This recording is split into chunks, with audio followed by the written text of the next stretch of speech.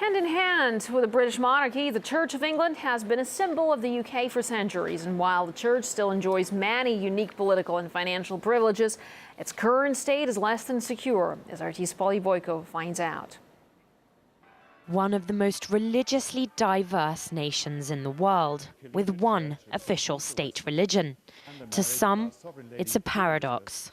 I think any faith institution like the Church of England is going to have some potential threats on the horizon. And those threats on the horizon are basically around its relevance to communities in general. Other faiths are significantly growing in their not only population, but their voice in a social and political level.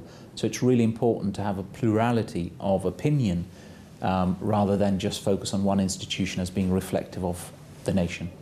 Yet, the National Church has 26 unelected members in the House of Lords, the upper house of Britain's Parliament, and it enjoys financial privileges courtesy of the UK taxpayer. By the church's own admission, the number of people coming through the doors of this and every other church in England has halved over the past 40 years. The very same report even warns that in the longer term, the established religion faces fading away to virtual irrelevance. 20 Anglican churches, just like this one, are being closed down for worship each year. Entrepreneurial property developers are snapping them up and converting them to luxury housing or even nightclubs. While the number of churchgoers in the UK continues to fall, some 100,000 Britons have converted to Islam over the past decade. 3/4 of those, white women. And as I, broadened my knowledge about Islam and compared it with Christianity, I must tell you, I found it more logical. It just resonates with me. I liked what the Prince of Wales said, that he wants to be, if ever he becomes king, he wants to be the leader of faith, of all faiths. That, I think, is a wonderful statement, because certainly our society here in Britain is very multicultural and very multi-faith. So everybody should be included. While other faiths enjoy popularity, the Church of England's recent rejection of women bishops and disapproval of gay marriage has reignited the age-old debate on the separation of church and state. People feel alienated if they're not part of that church, and so few people are, because only 2% go to church on a normal Sunday.